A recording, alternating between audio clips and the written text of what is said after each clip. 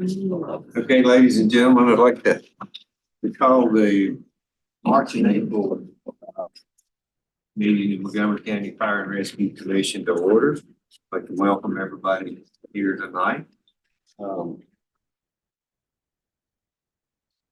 Ms. Hill, I'm going to ask you to open us with a prayer, but before we do that, I would like to let you guys inform you guys that somebody we need to keep in our prayers is my assistant chief. He's been battling cancer and been in the hospital most of 2024. So he's lost the use of his legs. He's paralyzed. So he's a huge part of Long Shop Rescue. He was a huge part of the Water Rescue Association. He was president there for several years. So his outlook on life is dipped, but it's come back up. So he's undergoing treatment, but still in rehab right now. So just ask for you guys to remember him in prayers. He needs all of those we can send to him. So thank you guys for that. Lord, we just thank you for the day. We thank you for the beautiful weather that we experienced. I thank you for each person who's here tonight and all that they do for the county and their service. We do pray for healing for all those that are sick and need your healing, and pray your safety over each of us. In your name we pray. Amen. Thank you. Public address section, do we have anybody? So, the minutes from our last meeting, February meeting, were emailed to everyone. Laura will entertain a motion for approval.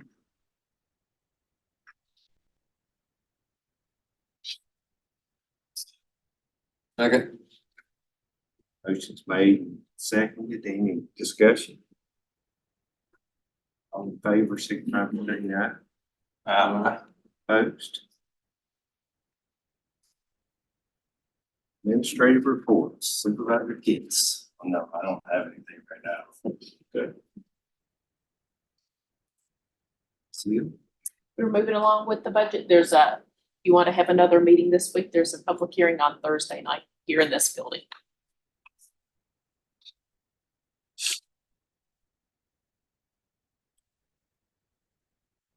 You all right, Jason? I don't have anything this month.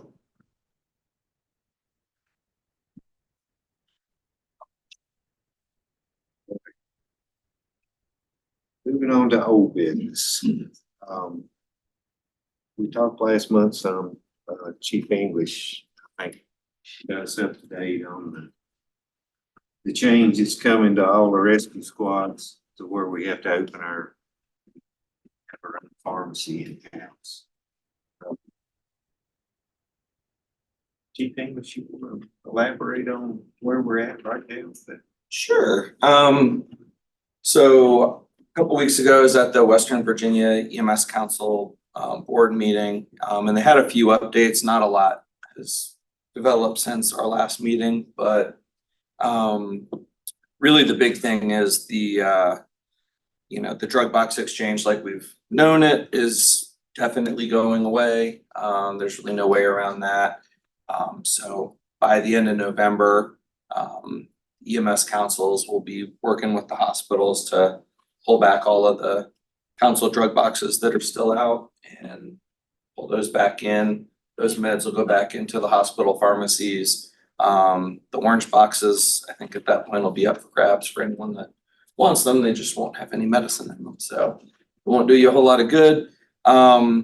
Initially, I guess the one thing that has updated a little bit was a month ago, they were still a little more hopeful about the possibility of the one-to-one exchange with the hospitals. Like if you bring a patient in and used a medication, you could hand them the empty one, they could give you a replacement. It's not for sure dead in the water yet, but it's pretty close to it, was the last update. There's just so much more headache and liability for the hospitals to do that. And it really wouldn't gain us much, because you still have to stock it initially. If it expires, you still have to replace it. And if you use it but don't bring the patient to the hospital, you still have to replace it. So it would help a little bit, but not drastically in the grand scheme of things. But it's all of the local hospitals are on board and very supportive, but it's not up to them. It's up to the big corporate, hospital system. And most of them are not really interested in it. So that piece of it will probably not happen. The EMS Council is working on getting some additional guidance documents together, but they encourage agencies to reach out to them directly if they want one-on-one help or guidance now. Like, you don't have to wait on the final, deliverables to talk to them about it. If you can reach out to any of the staff with the EMS Council, and they'll be more than happy to, kind of coach you through what the options are. They did clarify again, this was kind of what we got out of the initial rollout, but they verified that the only way for a jurisdiction to manage the pharmacy for multiple agencies is if those agencies are actually part of that kind of countywide agency, so not a separate nonprofit or 501c3 kind of thing. It would have to be kind of a sub entity under one agency, so still operating under like one unified agency license. That's the only way that a town or a county could be the managing agent for that process, because that, I think, was one of the things that sounded like maybe would be an option, but unless the agency wants to kind of fold in under one agency license, that wouldn't be an option. Let's see. The county is, or our EMS Council is working on putting together some statewide cooperative purchasing agreements that would be open for anybody in Virginia, so agencies could kind of take advantage of that to get some discount, buying power from some of these bigger companies that sell medications. But I think, from what I got out of the meeting is, at the end of the day, with all that aside, it's going to be expensive.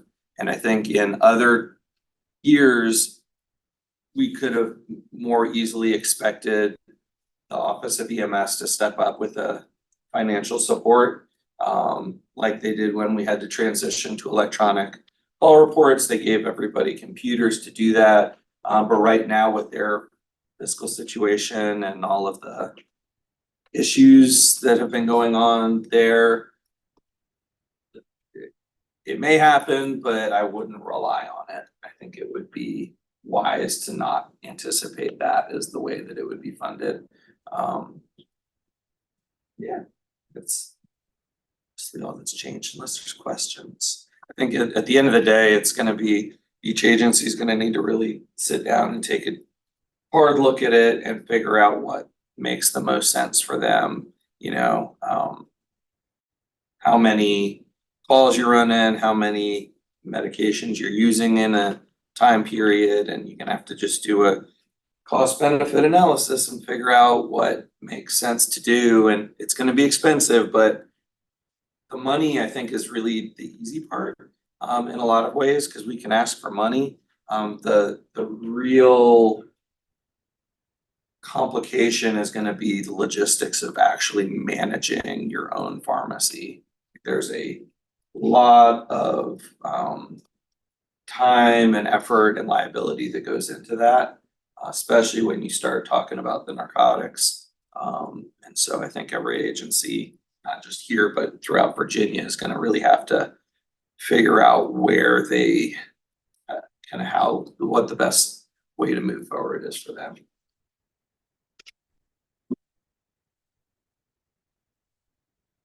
Plus we have 6 months to Yeah, when it's happening. again, it's not, this is coming down from the federal level, which is why really the state has no dog in the fight at this point.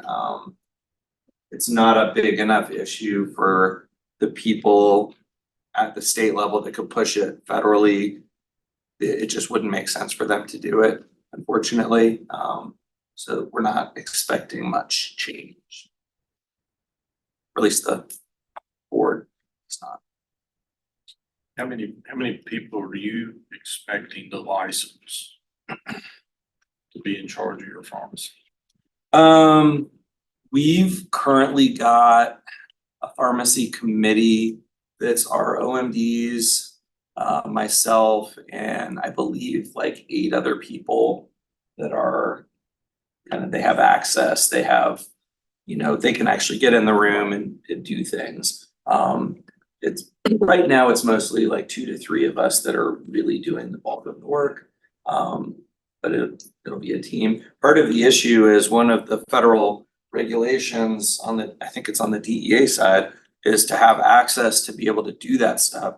You have to be qualified to administer those meds. So if you were gonna hire someone or designate someone, if you're gonna have ALS meds, it has to be a medic. I can't have an EMT that's gonna go in and do that for us. So that kind of adds another layer of logistics. And I know Brandon's been digging into a ton of this too, so if you have anything that I missed. Like for us, we'll end up having the medical director, me, and then I think also like 8 other people that are part of the pharmacy committee or pharmacy team. Now, luckily, you don't have to like license or credential each person. You just have to have a list. Here's the people, and that kind of Operate under list that gets signed. license. And you can change that list internally as you go. Pretty much like the medical director just has to kind of sign off on it. He's good with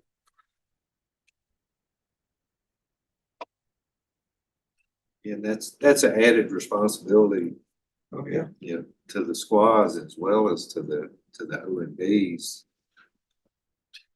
Chop's OMD just decided to retire. I think this was probably the thing that I think, I mean, pushed him into retirement. across the state, I think the EMS system in Virginia is gonna change drastically by the end of November.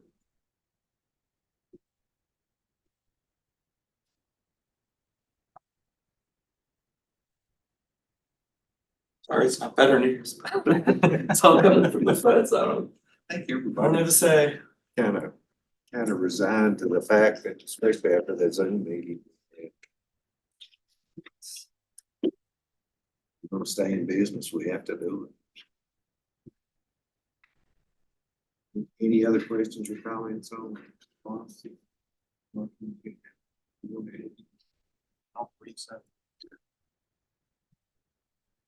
Any other old business? Moving on to new business. Hastings. This is part of a shameless plug, so I'll start with that. But I know as we've talked more about recruitment and retention, the ACE students have come up a few more times. So for the new folks in the room, I coordinate the ACE students each year for their volunteer work.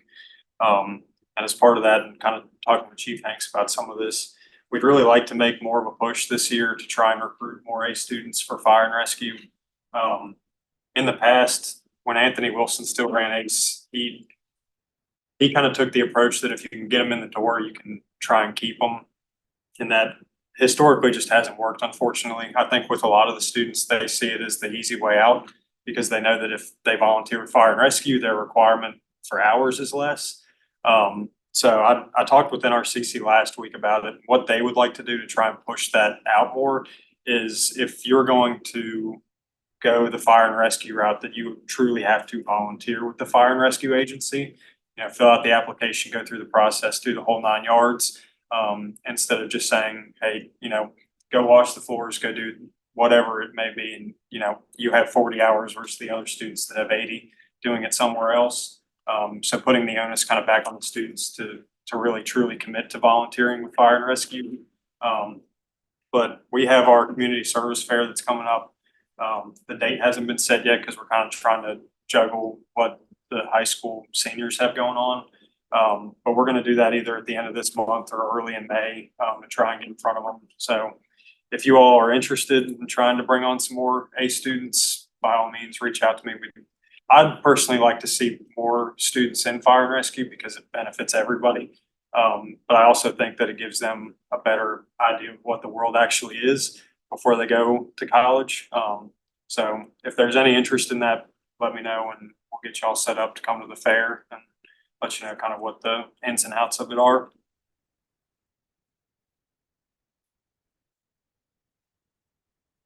Questions or comments?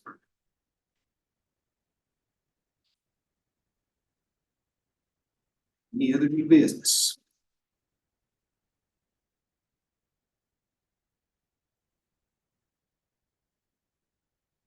This. Chief? We hope to have our new truck maybe in a month. We went down 2 weeks ago, did final inspection. Hopefully it'll be here maybe by the end of this month. That's all I got. We had oyster supper this past Saturday. Pretty good. I think we served about 580 some dinners. So that went really well.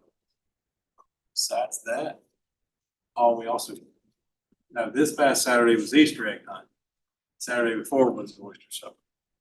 The Easter egg hunt went very well. Besides that, all I going on. Fire and rescue. They're gonna have an open house on April 27th. They're gonna do an open house. I think Jason is kind of starting the wheels on that. Other than that, I don't have anything else. Let's see, bunk room is nearly finished. It's finished enough that I'm using it for you.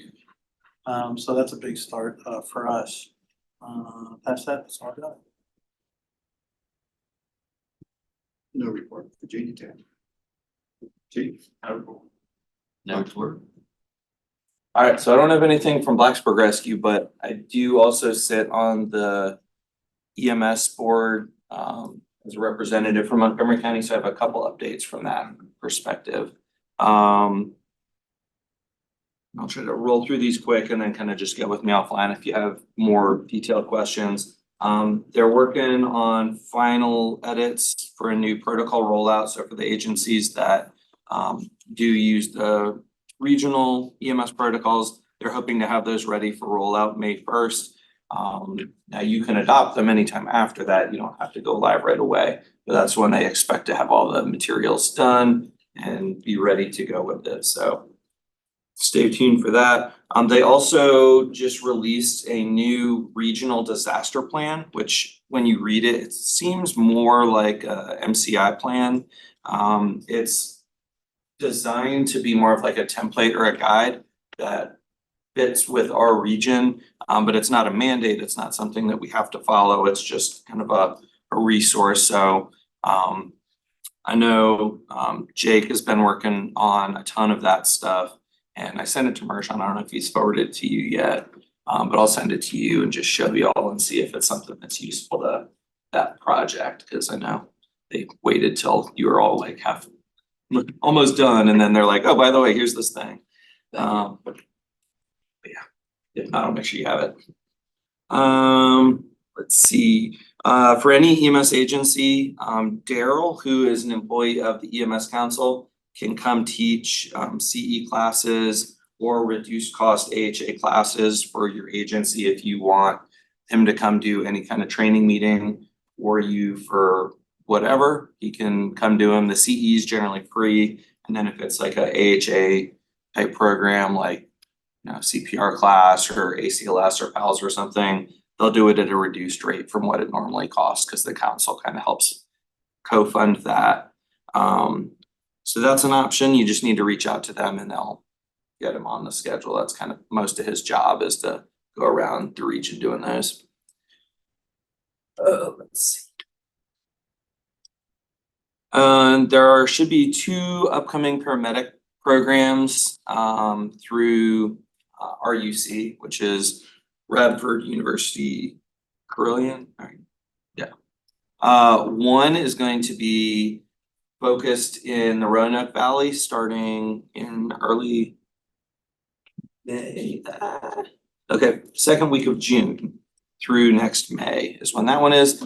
There's also going to be one that's hopefully starting in early September.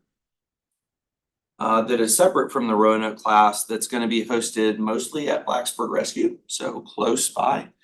Some of the classes might be at the training center in Radford, just kind of depending on class conflicts. That one's going to probably be 2 evenings and then a couple weekend days.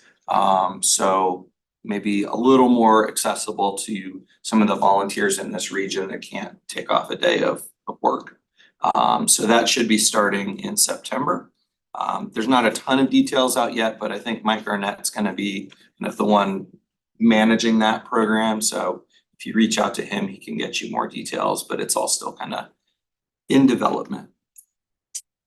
And I think the last thing I got is about the Office of EMS Grants. So kind of echoing what we said earlier about their current financial state. They're not doing a spring grant cycle. So we usually would have seen that by now anyway, so everyone probably assumed that, but they're officially not doing that. Currently, they haven't announced anything about the fall cycle, but everyone involved is saying probably not. So probably not any grants from them at all this year. They're also looking at switching a hardship grant. It used to be an 80-20 matching. They're considering switching that to a 70-30. So a little more financial, upfront from the agencies or from the localities. And I think that's it. Any info on symposium? So, yeah, but not anything good. So our council actually proposed to the state a couple weeks ago to basically take it over and with them and Tidewater Council running the whole thing, funding it, it wouldn't cost the state a penny. And they made a big presentation about it and then they just got, like 2 weeks later, they got told no. So it would have been in January was their plan. They had agreements set up with the hotels and everything. It's gonna be like the full state thing in Norfolk, but OEMS said nope. So probably not, based on that, I would guess not anytime in the next probably 2 years. How about council funding? Cause that was in question. They're pretty much caught back up on that. They, at the state level, they kind of reallocated some funds and got most of that caught back up. They, as of 2 weeks ago, they had, what was it? They had a bill for 600,000 and another one for 150,000 for the statewide IT contract that our council covered that hadn't been paid yet, but everything else had, and they were expecting to get that too. So our council's pretty much back to being good. Sorry, we were going for the record, the shortest meeting. That's all I got. A couple of things, it won't be quite as long as Dave. We've been at 2 critical care classes since the last commission meeting, so we're up to 13 medics that are credentialed to do RSI and all those fun things. We're also gonna be having AMLS class here in July. Not sure how many openings we'll have for that, but if you've got anybody interested in taking it, let me know and we'll see what we can do about getting them in. Long Chop Rescue, I just mentioned, and I mentioned before that our OMD has retired, so we're now in negotiation with the new OMD, which kind of complicates matters because I've got inspection coming up right away, so it wasn't totally unexpected, but it was bad timing. That will make for a busy few weeks.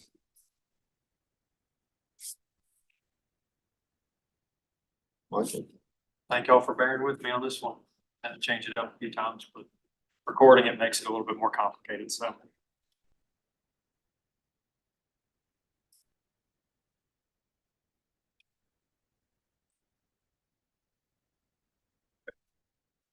Anything else needs to come before the commission? Hearing none, next meeting is May 16th. This meeting's adjourned. Thank you guys for coming.